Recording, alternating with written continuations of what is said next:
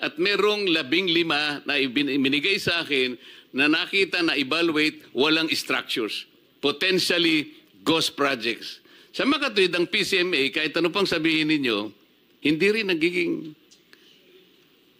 nagagamit kagaya ng objective na gusto nyo sabihin. Kasi ang sabi po ninyo, ang purpose ng PCMA, binanggit ko na ito, Secretary Yusek, ang purpose to provide a centralized, efficient, and transparent platform for monitoring all DPWH infrastructure projects. So sablay. 15 na ang potential ghost projects. So hindi totoo. Functionality, sabi niya, real-time monitoring enables immediate tracking of projects' progress and status. Hindi immediate eh. Kasi inamin po ninyo, nga kayo pumunta, every end of the month lang kayo nag-update. So this is not immediate. Pwede kayong lukuhin ng encoder nyo eh. O ilagay muna natin ito. Para kunwari meron tayo. Pwede ko po i-clarify yun, Mr. Sandali Chair. lang. Meron pa isa. Anong benefit? Anong benefit ng PCMA? Eliminates ghost projects. O kung totoo yung PCMA, hindi sana tayo dapat nagkakaroon ng hearing na ganito, di ba? What are you wanting to clarify? Mr. Chair, yung data po ng PCMA, Mr. Chair, na available po internally sa department, yun po yung real-time, Mr. Chair. Yung data po, Mr. Chair, na nasa website, it's just a subset po, sir, ng data na nasa PCMA. Yun po, sir, yung pinapublish on a monthly basis. So ano yung data na binigay nyo sa Pangulo, sa PMS, na ngayon ay siyang ginagamit do sa sumbong sa Pangulo? Yung data PCMA or MYPS? Sir, it's a combination po, sir, Mr. Chair. Ng... Bakit napakaraming maling coordinates? Tiningnan ko lang, meron na 15 discrepancy sa coordinates. Why?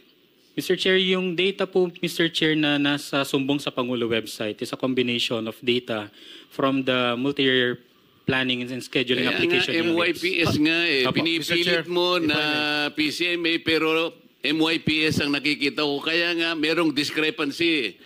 So kahit ang binigay nyo sa Pangulo, may mali. Sa akin lang na analysis, 15 na nga yung nakita ko o higit pa na discrepancy ng coordinates. Kaya hindi mapagbabasihan eh. Kaya gusto naming tumulong. Kaya ako naisip, ang Blue Ribbon, tutulungan na namin kayo eh. Pati kami mag-iimbestiga na rin. Pero kung hindi nyo rin kami mabibigyan, pare-pareho na tayong mabubulag dito na kayo ang dapat naming inaasahan, na kayong humimay sa mga project. Eh wala pala itong puro lang ano eh. Puro lang sa papel ang inyong ano eh, ang report nyo eh. Mr. Chair, if I may. Yes, How Senator. accurate is your data? Sir, yung accuracy po, sir, depende po, sir, sa users po, sir, ng PCMA po. Nagdidepende lang kayo doon? Kung ano po, sir, yung isubmit, sir, ng mga project Kasi, engineers po. katulad ng sinabi ni Senator Marcoleta, we have received a lot of reports that there were many errors in the coordinates that you submitted in the Office of the President. Ibig sabihin, are you trying to mislead the President? Yung mga pinuntahan niya, mga in-inspection niya, mga lugar sa Bulacan, hindi pala yun ang dapat niya puntahan? You are trying to mislead the President. Totoo yun. Totoo yun. Kamukha yung pinunta niya sa Kalumpit. Nagsimula yun 2021. Oh. Yun ang sinasabi namin na even the Office of the President was misled by you. Hindi ko alam kung talagang gusto nyong gawin yun o sa pagmamadali ninyo. I don't know. Kaya dito lang natin inaayos lahat ito. Pati Pangulo ng Pilipinas, niloloko niya na. You are trying to mislead the President of the Philippines.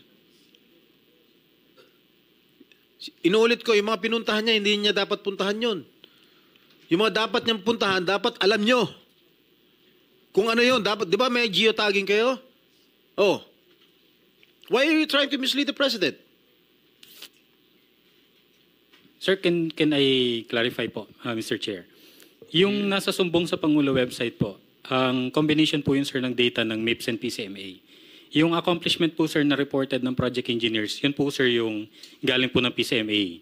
Yung planned location po, Mr. Chair, ng projects, yun po yung galing po sa... It doesn't matter now because I myself took the trouble of looking into it randomly.